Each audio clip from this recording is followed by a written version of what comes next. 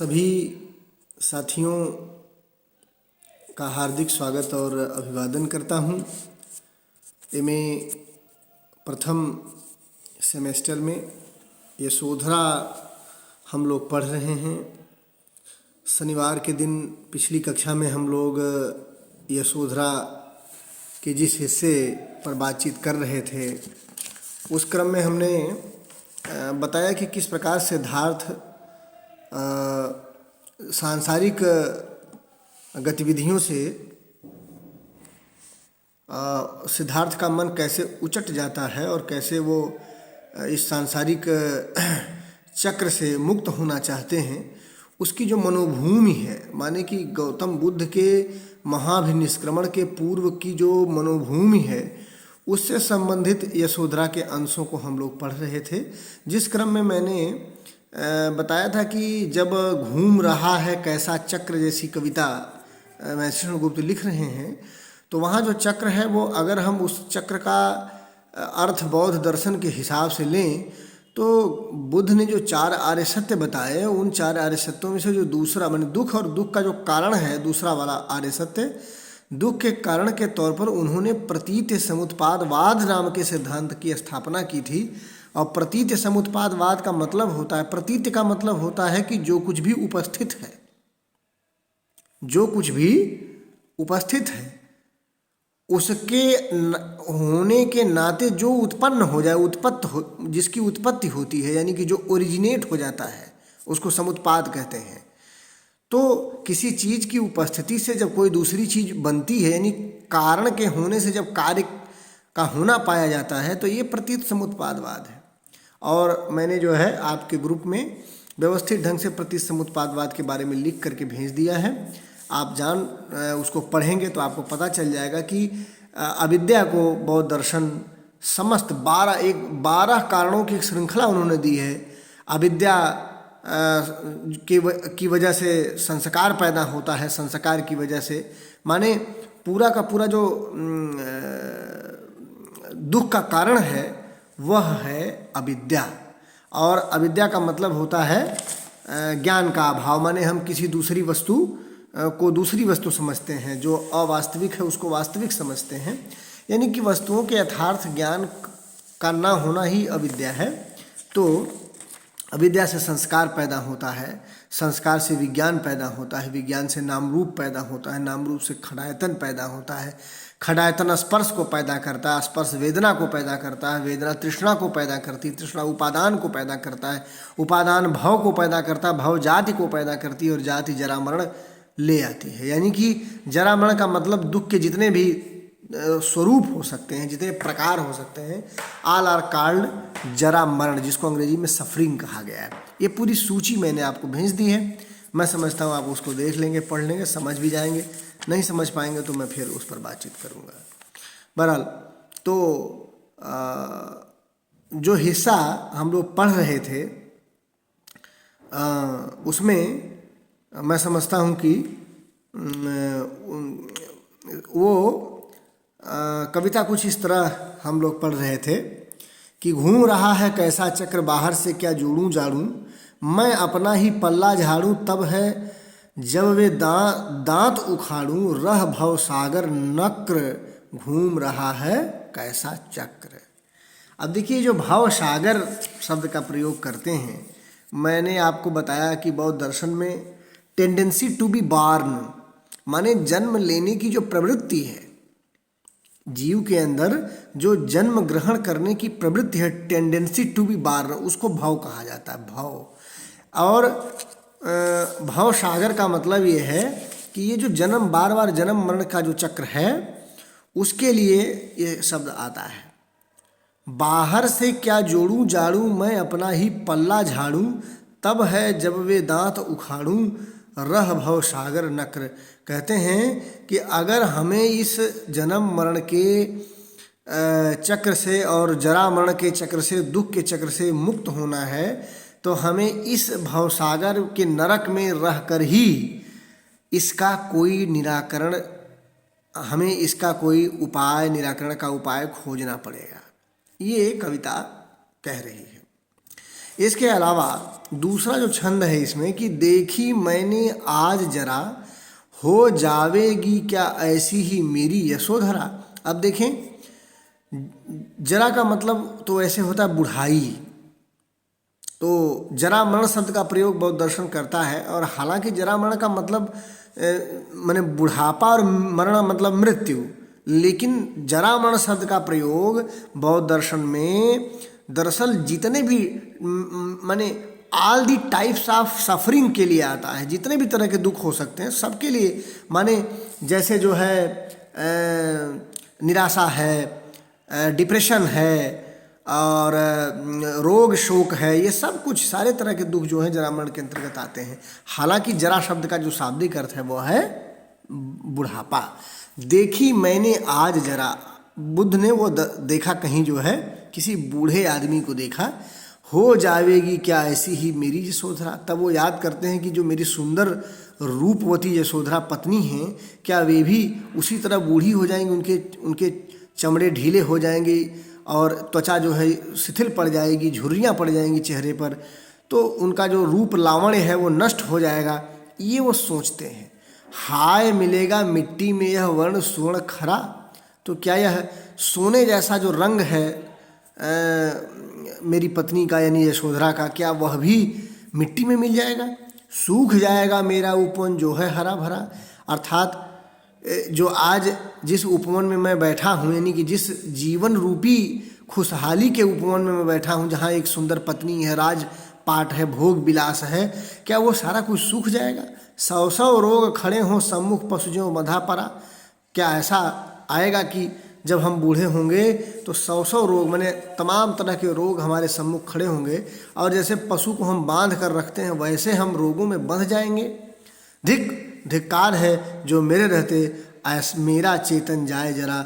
वो कहते हैं कि मेरा चेतन जाए चरा, मेरे जीते जी अगर मेरी चेतना को कोई चर लेगा ये मैं होने नहीं दूंगा। रिक्त मात्र है क्या सब भीतर बाहर भरा भरा, कुछ न किया यह सूना भव भी यदि मैंने न तरा।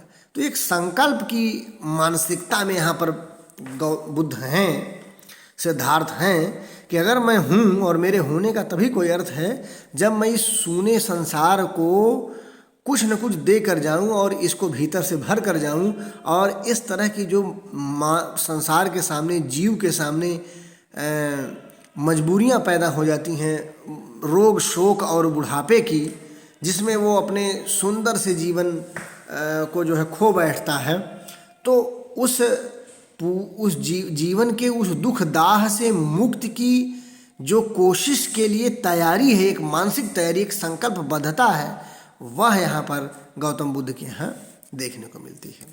और जो तीसरा छंद है, मरने को जग जीता है रिश्ता है जो रंध्र पूर्ण घट भरा हुआ भी रीता है। कहते हैं कि घड़ा है जो इसमें छेद है, किस चीज़ के छेद हैं? रंध्र हैं। रंध्र किसके हैं? दुख के, निराशा के, बुढ़ापे के, मृत्यु के, ये सब रंध्र हैं। और उसमें से जीवन रूपी जो पानी है, रस है, वो रिस रहा है।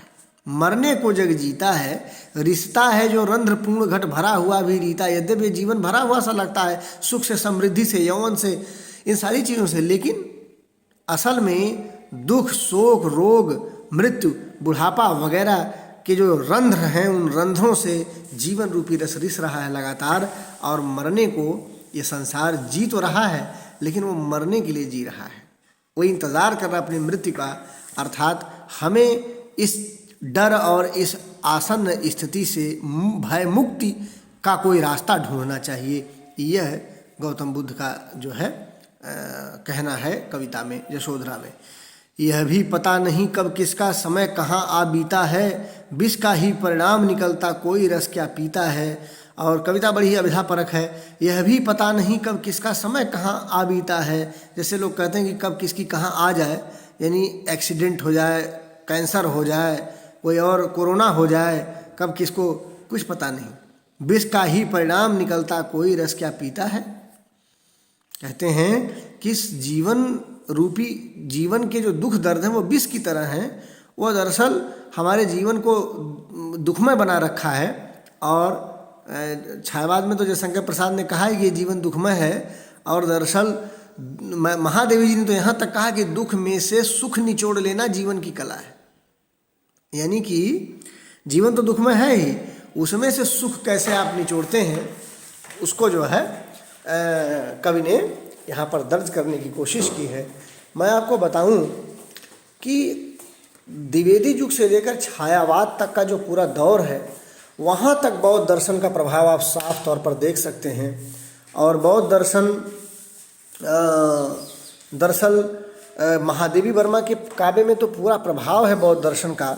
हालांकि जयशंकर प्रसाद शैव सिद्धांतों के पैरोकार हैं, लेकिन उनके यहाँ भी कई बार, जैसे दुख की पिछली रजनी बीच, ये जो विकसता सुख का नवल प्रभात, तमाम जगहों पर गौतम प्रसाद भी बौद्ध दर्शन को स्वीकार करते हैं। जो उनका करुणा का सिद्धांत है, अहिंसा का सिद्धांत है कामायनी में, वो सब वहाँ से आता है। तो मेरे कहने का मतलब ये है कि जीवन को दुखमय मानना और दुख के भीतर से सुख निचोड़ने की कला को ही जीवन कहते हैं। तो ये जो है कविता दर्ज करती है, कहाँ चला जाता है चेतन जो मेरा मन चीता है। कहते हैं कि जो मेरे मन को लुभाने वाला जीवन के तत्व हैं, मन को प्रसन्नता प्रदान करने वाले, वे कहाँ चले जाते हैं। खोजूंगा मैं उसको जिसके बिना यहाँ सब तीता है। कहते हैं कि मैं उस जगह उस चीज़ को खोज कर मानूंगा, यानी कि उस ज्ञान की धारा को खोज कर मानूंगा, उस चेतना की धारा को, जिसको बाद में कहा जाता है कि सारनाथ में उन्होंने जो है बोध गया में ज्ञान प्राप्त किया और सारनाथ में उन्होंने जो है पहला उपदेश दिया। तो ज्ञान क्या प्राप्त किया, तो उस ज्ञान की प्राप्ति के लिए वो कहते हैं कि वो ज्ञान मैं ज़रूर खोजूंगा जिसके माध्यम से इस जगत की जो तिताई है, तिक्तता है उसको माधुर्य में बदल दूंगा। यानी कि मानव जीवन के कष्टों और दुखों, जो कि शाश्वत कष्ट और दुख हैं, उनको उनकी समाप्ति और उनके निराकरण के उपाय को खोजने की जो है तैयारी सिद्धार्थ यहाँ कर रहे हैं। क्षमा चाहूँगा। भुवन भावने आ पहुँचा मैं, अब क्यों तू यूं भीता है, अपने से पहले अपनों की सुगत गौतमी गीता है। वो कहते हैं कि भुवन भावने आ पहुँचा मैं, माने कि मैं अब आ गया हूँ और इस दुनिया को, इस भुवन को, माने संसार को, के मन के भाव को समझकर उसकी प्रसन्नता का जो है बीज बोऊंगा। और अब तुम भीता का मतलब अब तुम भयभीत क्यों हो, अब डरे क्यों हो, अब भयमुक्त हो जाओ। अपने से पहले अपनों की सुगति गौतमी गीता है। कहते हैं अपने मैंने एक आत्मसंकल्प लेता है सिद्धार्थ कि अपने से पहले अपने लोग हैं, माने अपनों की मुक्ति और अपनों का कल्याण, यानी अपने संसार का कल्याण ज़्यादा महत्वपूर्ण है अपने कल्याण के पहले। तो वो कहते हैं कि मुझे जो है अपनी माँ, अपनी पत्नी इत्यादि को बाद में रखना होगा, पहले अपने दुनिया के लोगों को रखना होगा। तो ये जो त्याग की भावना है वो भी कविता में इस रूप में आती है। तो इस तरीके से हम लोगों ने ये हिस्सा पढ़ा, और जो कि पिछली कक्षा में बच गया था उसको मैंने आपको इस वीडियो में पूरा कर दिया है। अब हम जब अगली क्लास में मिलेंगे तो हम लोग महाभिनिष्क्रमण वाला हिस्सा छोड़ेंगे, क्योंकि वह बहुत अभिधापरक है और आप आसानी से उसको समझ सकते हैं। फिर हम लोग यशोधरा वाला जो शीर्षक से जो कविताएं लिखी गई हैं उसको पढ़ेंगे, और उसमें खास तौर पर 5वां पढ़ेंगे। सिद्ध हेतु स्वामी गए यह गौरव की बात, पर चोरी चोरी गए यही बड़ा व्याघात। सखी वे मुझसे कह कर जाते, कह तो क्या मुझको वे अपनी पथ बाधा ही पाते। ये वाला जो गीत है इसको हम लोग पढ़ेंगे, जिसमें भारतीय नारी की जो गरिमा है, जो पुरुष उपेक्षा है, और उस पुरुष उपेक्षा के पैरेलल जो उसका जो आत्मसम्मान है वो कितना मुखरित होता, कितने जोरदार ढंग से वो व्यक्त हो पाया इस कविता में। तो इस स्त्री पक्ष से हम यशोधरा का ये हिस्सा पढ़ेंगे। और सच पूछिए तो यशोधरा का जो मूल कंटेंट है, जो मूल उसका प्रतिपाद्य है, वो इस गीत में दर्ज है। तो हम मिलते हैं अगले वीडियो या अगली कक्षा तक। बहुत सभी साथियों का धन्यवाद।